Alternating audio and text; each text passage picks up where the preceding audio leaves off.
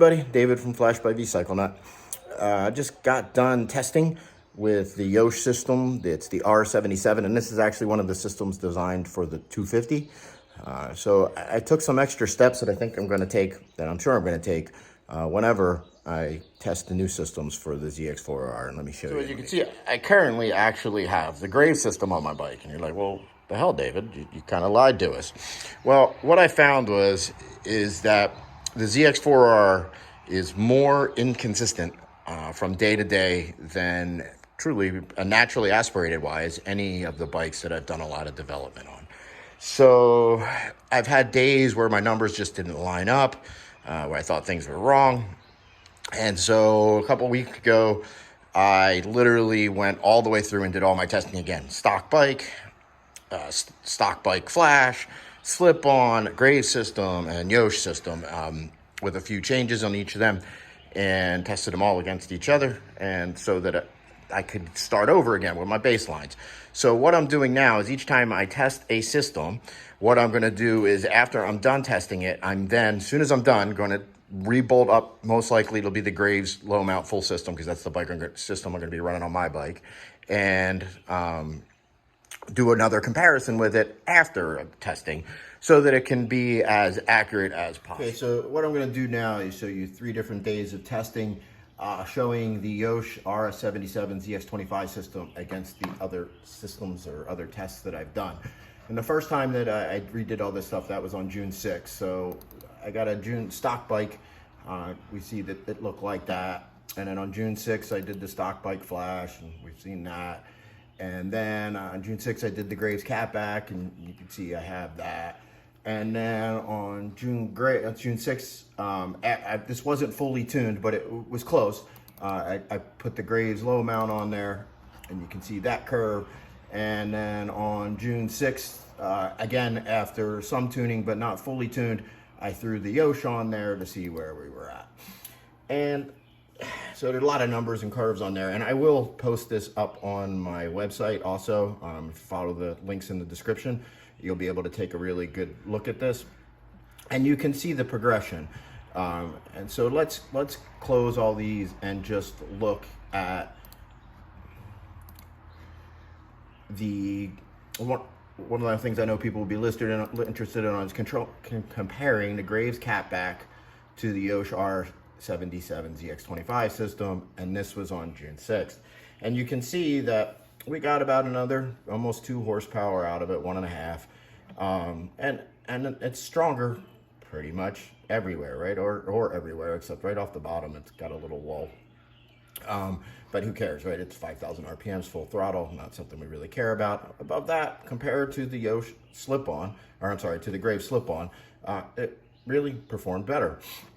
So yeah, there's that. Next, let's compare on that day how it did to the Graves low mount. Now again, these are both not fully tested, but you're going to see even after fully tested, a lot of these patterns will re-emerge. And you can see in that area 4 to 5, the Yosh is getting killed. There is an area where the Yosh actually outperformed the Graves, and that's between 6 and approximately 9,000. Again, still not really an area I'm really concerned at with this bike. And in here we got a lot of area where the two match up, but on top you see that we gained another little bit more than a horsepower over the Graves. Now again, this is not the final test, so don't get too excited about these results yet. So let's look at all of them today. Let's look at what we got today with them both fully tuned. So on today, June 18th, and then June 18th, Graves low mount. All right, so this is a better comparison. These were done about 1.5 hours apart from each other. And again, you can see some of the same things, but you can see now with final tuning that the Graves shines in even more areas than it did before against the Yosh. So that little area in the bottom, again, that area, it ends up being about 6 to 9 grand, where the Yosh runs a little better. And then everywhere else, the Graves has an advantage to where on peak, it's almost 2 horsepower up here at the peak. And you can see we have the red line set at about 15.8 on both of them. So what we get with this is the Graves definitely performs better than the Yosh system designed for a 250. That's not really a surprise, right? But I think the Yosh did pretty good. Depending on budget, what you like looks at, where you're at, you know, I think the Yosh is a viable option. So now let's look at the Yosh, first Yosh, sorry, on MR12. You can see, where's my other one on that, 15th? You can see that these runs are on the same day, and again, we picked up about 3.5 horsepower, much like we did on the Graves, and you know, it's better from top to bottom. If we compare the Yosh, where are we at? Yosh low mouth June 15th, Graves MR12 to the Yosh, and again, we got more power in the same areas from the Yosh, I'm sorry, from the Graves. And in this case, we got not as much from the peak, but still, again, Graves showing advantages everywhere that we really care about. So there you go. So as you can see, I'm working pretty hard to get you guys as accurate as information as possible. And so I think it's pretty safe to say that the Yosh Z25 system outperforms the slip-on system, which I would expect. The diameters of the pipes are the same as a stock header, but there's no catalytic converter. So you would expect it to flow a little better, and that's what we're seeing. But it does not perform as well as the Graves system, which again, this is what I would expect because the Graves has larger primary headers, tubes. So I would expect it to perform up top. And really on this bike, that's really where we should be most concerned with power.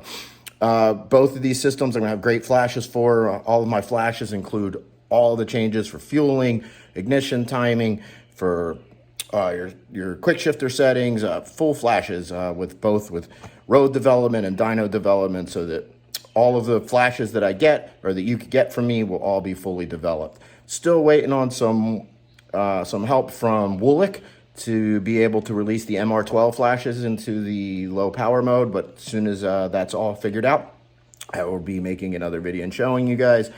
And as I said, all of these videos or dyno runs will be able to be better viewed on my website. Just follow the links that are in the description. Thanks guys for watching. So I guess in finalizing and conclusion, I would say with my experience with the Zx4rr, I know we all want to be able to look at dyno runs from different places, and even normally it doesn't work. But with this bike, I would say if the tests were not done on the same day, back to back, like all of these results that I just showed you, then they're even more suspect as far as how accurate they are, no matter how much the dyno operator is trying to make them as accurate as possible, because I try my best every time to get very similar results, and it's just I'm getting more fluctuation with the Zx4rr than normal. And with smaller motors, they're more sensitive, and this is something that, you know, it's to be expected sometimes. So thanks guys for watching. Don't forget to hit that subscribe button below for more motorcycle related content. Take care.